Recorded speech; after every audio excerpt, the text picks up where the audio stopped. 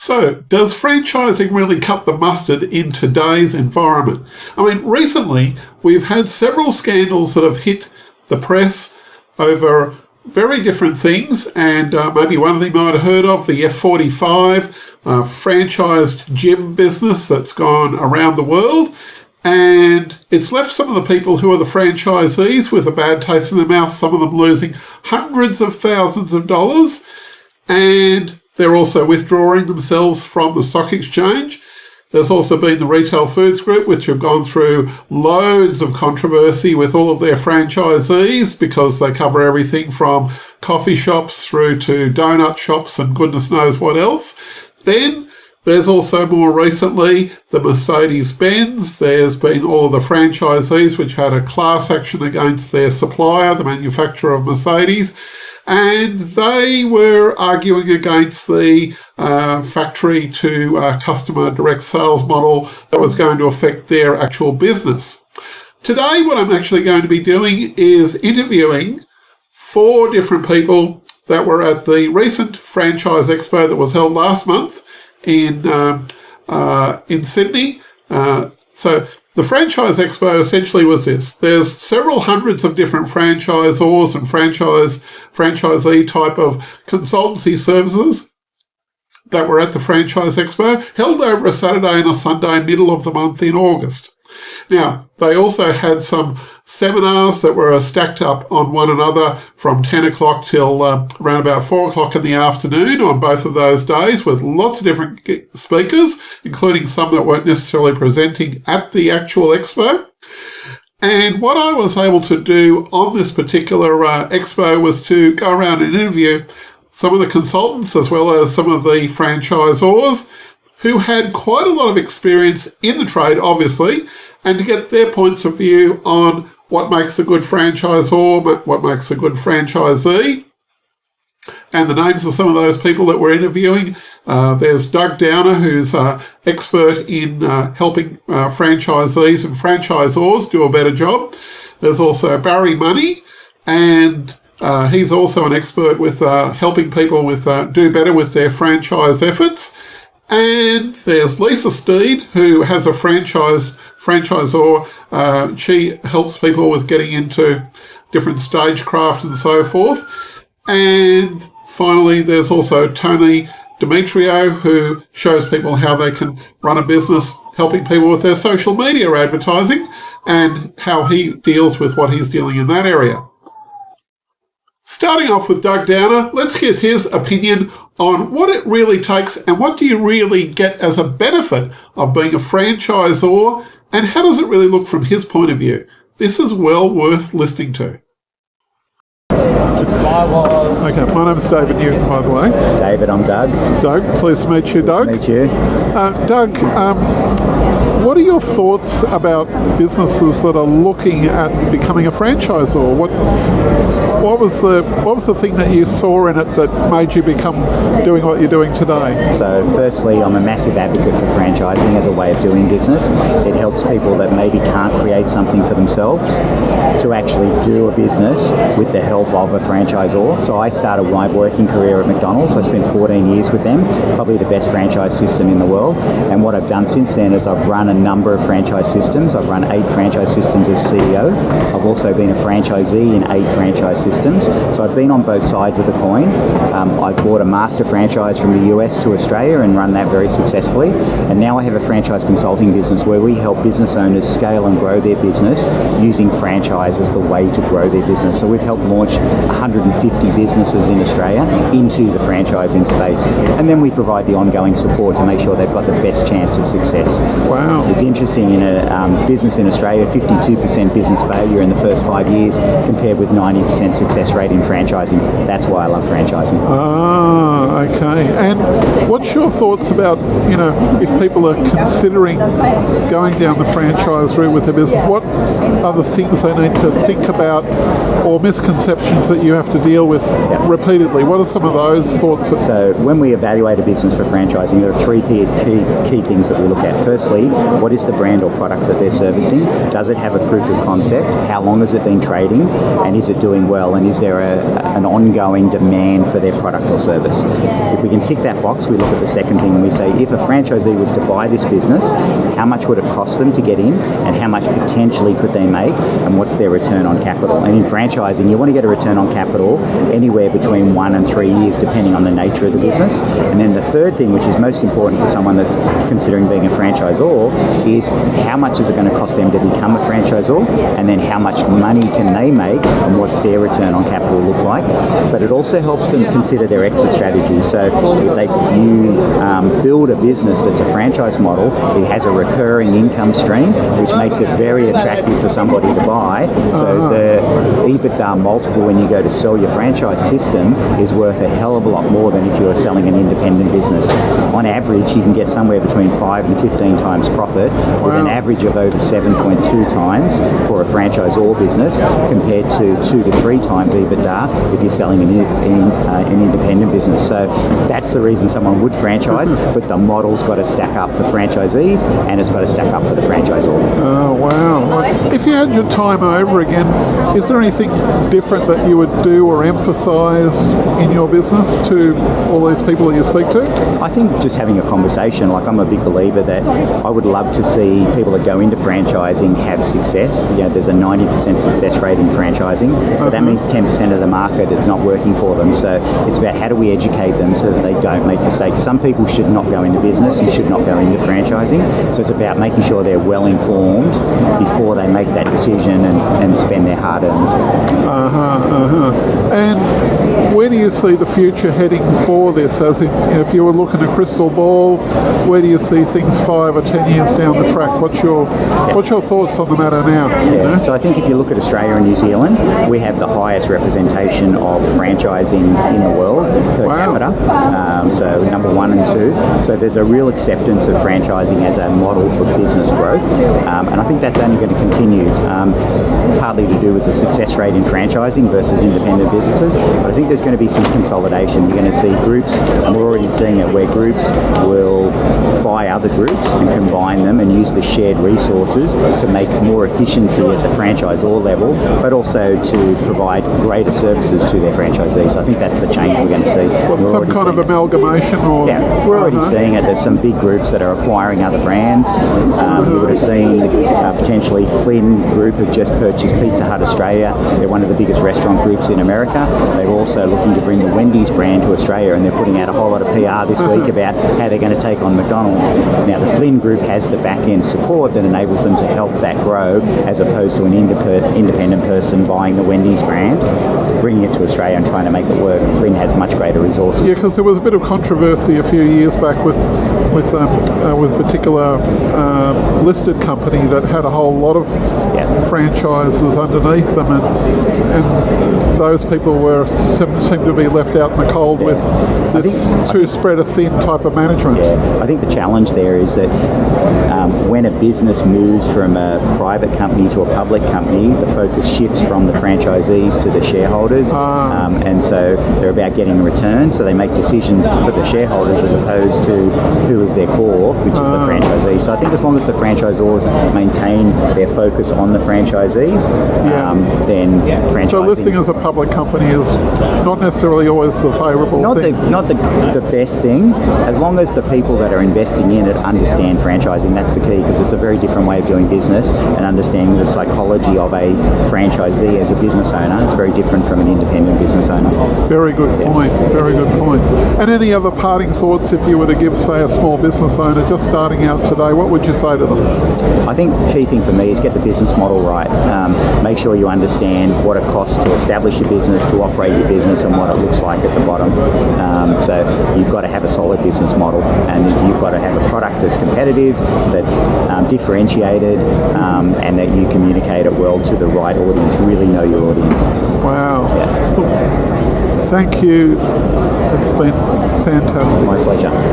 Next up was Barry Money. Now, Barry is a very articulate speaker. Let's hear him what he has to say. He's been on both sides of the fence with franchising as a franchisee and a franchisor. Here's Barry. Oh, so Barry? Yep, Barry Money. Barry Money, M-O-N-E-Y. Oh, well, that's an easy one to remember. Not about the money. Okay. Tremendous. Okay. Look, let's give this a go. Barry, please tell me what it is that you find is most important that a new business potential franchisee needs to know to be in business. Well, if you'd seen my presentation yesterday, I mentioned 10 really important things. I'll tell you the first two. The first one is to get great advisors, and that doesn't mean just your family. It means great professional advisors. And number two is make sure that there's good values alignment between you and the business that you're about to join. And what about the franchisor? Do you have any tips for potential franchisors that you could add in to the mix? Absolutely. So if you're looking to franchise your business, make sure you do that right. Franchising is a little bit like an iceberg. You don't start at the water level, you start below the water level with a really robust strategy, great economic modelling, amazing commercial policies, a strong operational framework, and only then do you start with your legal documents. After that, you can start with your recruitment strategy, your launch strategy, and granting franchisees. And what got you into doing your consultancy at the moment? What was the spark that got you to where you are today? Well, my professional mission is making a difference, and DC Strategy creates generational wealth for its clients, and I like to think that I can make a difference, and DC Strategy can make the difference to not only the founders but their families and future generations of those families.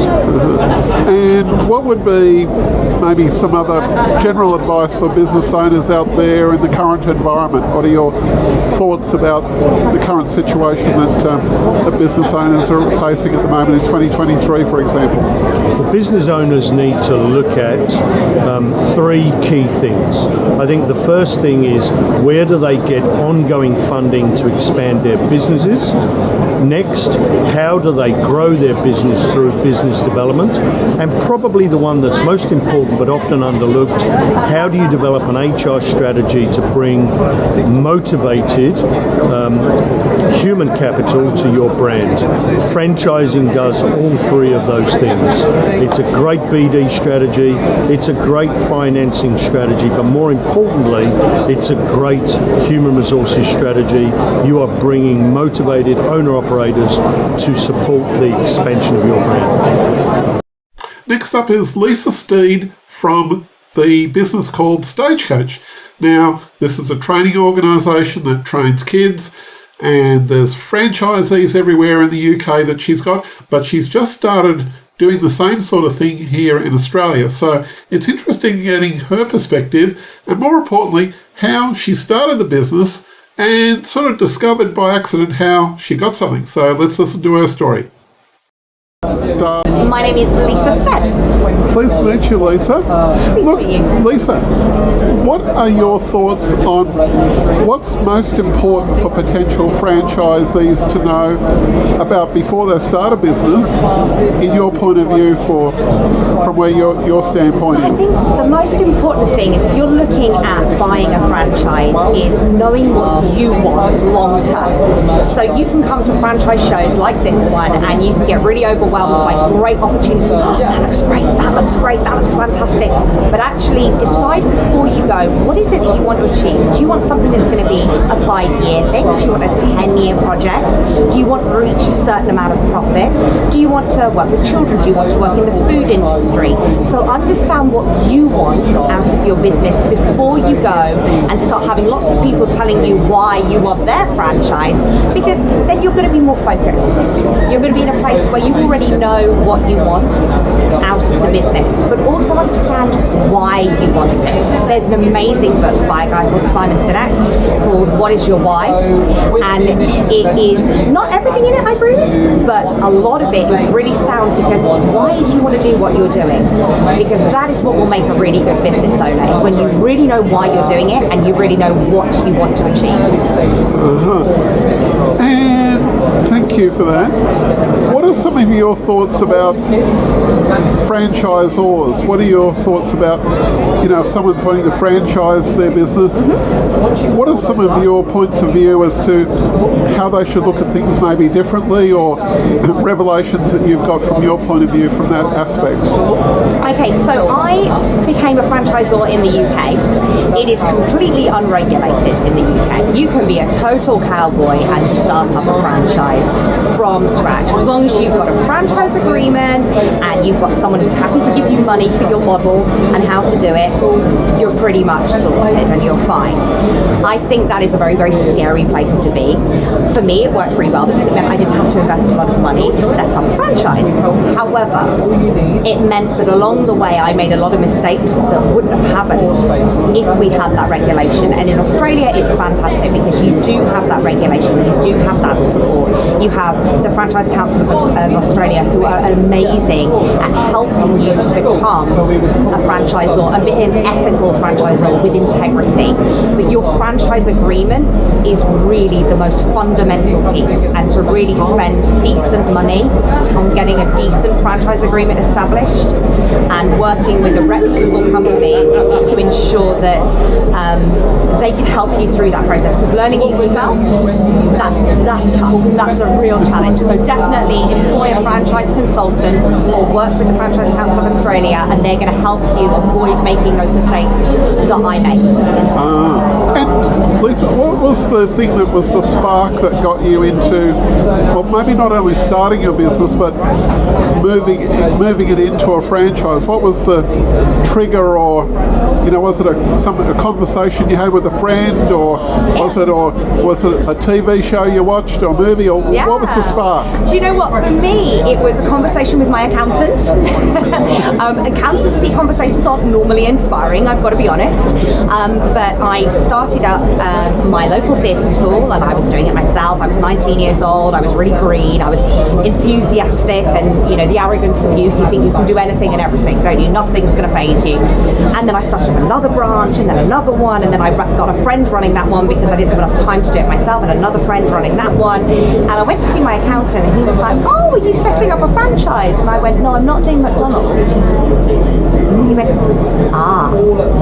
there are more franchises than just McDonald's. And I was like, okay, but I don't understand what that is. And I went off and I did a bit of research, and this is pre-Google days. This is not, it wasn't a quick touch on my phone and check. I did not have such thing as a smartphone. So there was research to be done. I went to libraries, I asked other business owners, and it started planting that seed of maybe this is what I need to be doing long term. And as it happened, because that particular business I decided to sell, I sold off the branches individually. I didn't go down the franchising route that early. I moved down south, and I met somebody by chance in a business networking event who was saying, I'm going to start up a franchise. And then suddenly I was like, in the back of my head, I was like, my accountant talked about franchise. And that's where that started. It was little seeds along the way that made me realise that actually franchising was a way of scaling my business without me having to be involved in every tiny little detail and going to those locations all the time. Okay. So yeah, the accountant started it. Who knew? Marvellous. And any parting thoughts that you would like to give to business owners in general, things that they might need to look at it, if they're coming along to something like this or just thinking about it from home? So I think my biggest piece of advice for anyone who's looking at going into business on their own is be passionate about what you're doing. Don't do something just because the numbers look good, because that's great and that'll keep you motivated for a while. But I've always found when I've hit financial targets in my life, that's nice, it's a tick in a box, but very quickly I lose interest. When you do something you're passionate about, when you do something that really connects with you on a different level than mentally or financially, you'll really get some reward out of it. And then you won't feel like you need this work-life balance that everyone talks about, because you're going to love what you do, and it won't feel like a sacrifice when you're doing all those hours, because running your own business, especially at the beginning, the hours, you got to pound the pavement, you got to do the work. So be passionate about what you do. And next up is Tony Demetriou. Now, he runs Monster Media, which is a very interesting company if you're into tech stuff, but it's also in the advertising area, because he shows business owners or potential franchisees how they can make as much as 150 or 250K per year, and goodness knows how much more, and how simple that business works. It's a very interesting sort of concept. Obviously, very popular in the current environment. There's a lot of businesses out there that want to learn how to market better and maybe need some help from somebody to do it. Anyway, Tony will explain what his concept's about and how it came about. Let's over to Tony. We're thinking, how am I going to run gyms? You're going to give them... Hi, Tony. Tell me a bit about how this all started. Yeah, so we realised that Australia needed its first ever franchise digital marketing agency. It's been successful overseas in the UK, it's successful in America, and no one's done it over here. Lo and behold, Monster Media came to town, and we're the first over here, very proud of it. We're here today at the Sydney Franchising Expo to expose that, to bring it out to the public. And how does it help? It allows day-to-day people to now launch their own full-scale business and be able to digitally market, attain clientele, retain, and have a sustainable business model, very lucrative income. And we bring that to Australia for the first time. And does your marketing services help the small franchisee, and if so, how? Yes, so you're right. We initially started as an agency. We may be franchising today, but we started as a small business ourselves that was helping other small businesses to go to market, and we still do that. We are still an agency. The franchising is literally a spin-off and an arm of what we've done. Right. But helping small business is basically what we do. So making advertising affordable to small business, where prior to us it wasn't affordable. They've been charged awful price points, being extorted, weren't able to go to market, forced into newspaper and print only, not allowed to go on digital due to price point. We found a gap in the market and we help small business that way. And what's the biggest misconception small business owners have to, say, marketing their services via social media or whatever? What's the biggest myths that you have to deal with in your day-to-day business? Yes, good question. Obviously, the first question we have to fend off is, do I get my return on investment? Which is a very, very good question, very valid when cash flow is paramount. We're not in the business of misleading or guaranteeing nonsense to people. We're very realistic, but we are a revenue-based business. The way we work is that we work on performance only. If we don't produce for you as our client, you're not locked into a contract. You can drop us like a sack of spuds, which means we cannot be complacent. We haven't got you on a monthly, month-to-month direct debit and can sit on our hands and hope for the best. Performance means money in your bank account as a small business owner. So we alleviate, we try to, 9 times out of 10, we alleviate that fear by performance through numbers being money in your bank as opposed to false promises. And Tony, did you start the business yourself? Myself and my co-founder, my fellow co-founder to my right, Elias Patros, started this business 3 years ago. Oh, great, okay. He's currently speaking about a franchise to my right, but yes, we are the co-founders, yes. And what was the spark that got you? I mean, did you get out of bed one day? Was it a conversation? Did you read something and say, hey mate, we've got to do this? What was it what was the thing that really got the whole thing going? Pretty much one of those, of what you said, and that one being Elias, my partner, very, very sound and astute in the sales and acquisition game, and a strong nous in franchising. Myself, sports journalist, media background, like copy, like visual, very good synergy. We got together one day, had a coffee, and now we're here at the Franchising Expo. Oh, and how long has this journey been going 3 years. 3 years. Wow, that's fantastic. So, in its infancy, but doing extremely well in its infancy. Wow. So what attracted you to come to Australia then? Oh, man, I've been in Australia for 15 years. Oh, you've been in Australia for 15 years? Yes, Elias is born and bred here. I thought it was UK that you... Okay. I've been here to and from 15 years. I now live here. Okay. I moved over here. I got residency about 15 years ago, and I've been London, Sydney ever since. So you're a dual resident then? I am. I perfectly understand. That's sounds good. Any parting thoughts that you have to small business owners about what they need to do with their advertising? What's your, if you were to say one thing at the back of a train to a passing crowd, what would you say to them? They need a strong and compelling brand. So this is with or without us. Well, I'm not spruiking monster here, but you need a logo that's captivating, a colour scheme that's captivating, i.e. the black and pink of Monster, and you need a good catch cry, a good call to action, so an offer. A lot of people go to market thinking that their brand and their website will do all the talking, but if you do not have a good offer to go to market by way of, is it a 10% discount, is it a buy one get one free, or whatever you may be doing, if your offer is not compelling, your brand is not going to do it on its own, your marketing agency isn't going to do it on its own either, but we strategize that, we go through that all with you. But if you haven't got those ingredients, then you're up a certain creek without a paddle. You do need all those ingredients. And if you had your time over again, would you do anything differently in this business? Maybe I'll be able to tell you something in about 10 years, but because we're at inception, I like to think we've done everything well. My time management could have been better at the start, focusing on maybe not so much in the big picture and going what's immediate in front of me. So initially, perhaps aiming too high. I'm a little bit more realistic now. I'm 45 years of age. I know what's right and what's wrong. Time management, spend time with the family, but also you've got to do those extra hours in small business, way beyond the 9 to 5. You've got to be at an expo on a Sunday. Thank you very much, Tony. It's been great chatting with you. You too. And look forward to seeing you further down the track. Thank you for your time. Perfect. Thanks. Now, I just wanted to let you know that I'm in no way connected to the Franchising Council or the business or the Franchising Expo.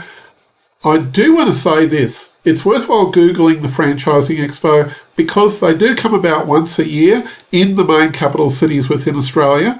And it's important that you should go along. I've been going along, believe it or not, since the 1980s.